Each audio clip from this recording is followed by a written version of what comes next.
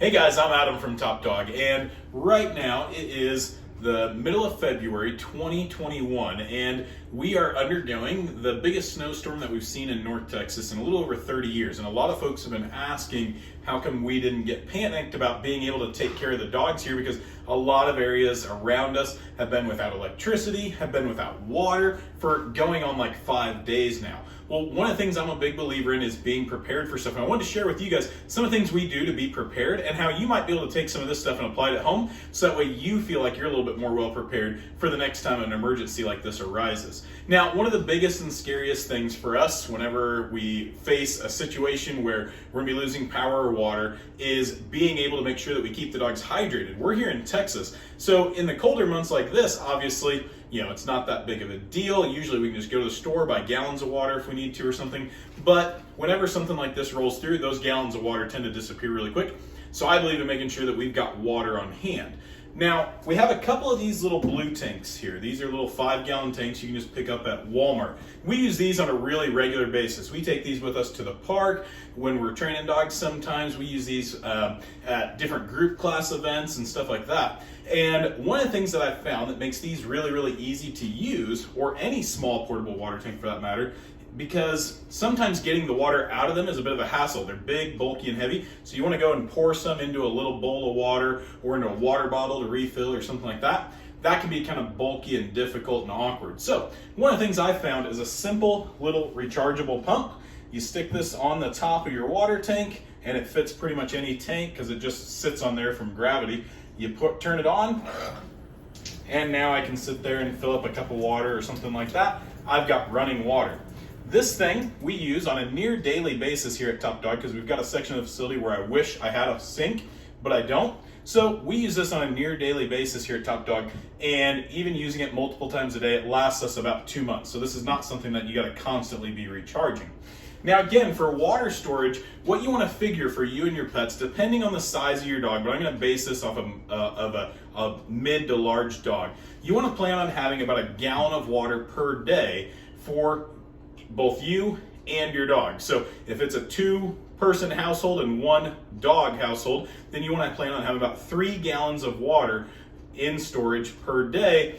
And most situations, they tell you to prepare for at least about 72 hours or something, but personally, I've always felt that's a little bit low, and this is a great example of that, in that a lot of people are going without water now for about 5 days. And so that's where it can get a little bit scary. So again, as you're planning accordingly, you want to know how many gallons of water you need. Now, in the past, I've always bought those big 55-gallon drums and used those for our emergency water supply here at Top Dog. However, the hard thing with those is they're impossible to move once they're filled up. You have to pipe the water out of them and then take it to where you need. So what I've started using is what's called a water brick. Again, these are nice, but I've really fallen in love with the water bricks the last couple of months. The nice thing about the water brick is the fact that it's really easy to maneuver, just like that other one that I just told you about. It's got a really nice handle on it. It stores 3.5 gallons of water, but the thing I love about it most is how easy it is to store. Those blue ones from Walmart that I just showed you are great, but they're not stackable. These, as you notice here, kind of look like a big Lego, and that's exactly how we do them. I'm going to show you how we do them in our storage closet, so follow me.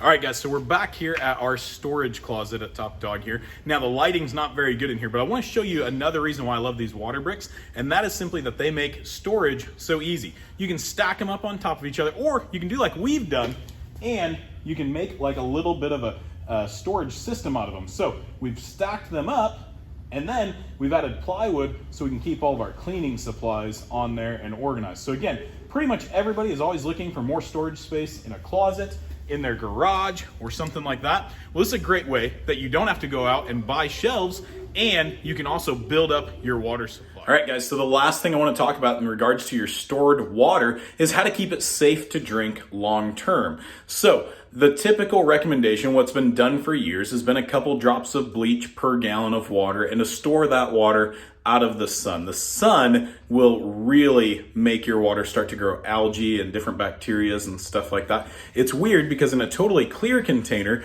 the sun can actually help to purify water. And I don't understand all the science behind this stuff and things like that. I'm not going to pretend to. But in a long-term storage situation, the sun can also help algae and things like that to grow. So you're gonna wanna avoid any direct sunlight. Don't store it in the living room by a window or anything like that. Again, a closet or a garage is gonna be a perfect place for that stuff, and maybe even throwing a sheet over it might help as well. With taking different steps to purify and keep the water clean long term, you're probably gonna be fine to let that water sit for a very long period of time. However, I still like to rotate it out about every 6 months just to make sure that everything's still good to go. The way we do that, we just simply start at one corner of our supply. We pull one of the water bricks out, start using that water from that water brick to just water the dogs and do routine things like that, fill up mop buckets and all that stuff. And then we work our way through it, and it takes us about a week to work through it because, again, my goal is to have about a week's worth of water here. And anyhow, so again, hope that helps y'all out. Watch videos about how to keep water long-term, because I'm not going to pretend to be the expert on all that stuff. I've been using the bleach method for years. I've also heard that if your water company, if you're not on a well, if you are using city water, that most of the time that water's got certain sanitizing properties that have been done to it that will last long-term as well. And so again, you might not even need to use the couple drops of bleach. So do some research on that. That way you can have safe drinking water long-term, and you're not going to open up that container and find some nasty algae or black junk floating around in there. And that's happened to me before when I got lazy on stuff and didn't clean my containers properly. So again, make sure that you learn from my mistakes, keep that water safe long-term, and just rotate it every 6 months or so, and you should be good to go. Thanks for watching, guys. I'm Adam from Top Dog. We'll catch you next time.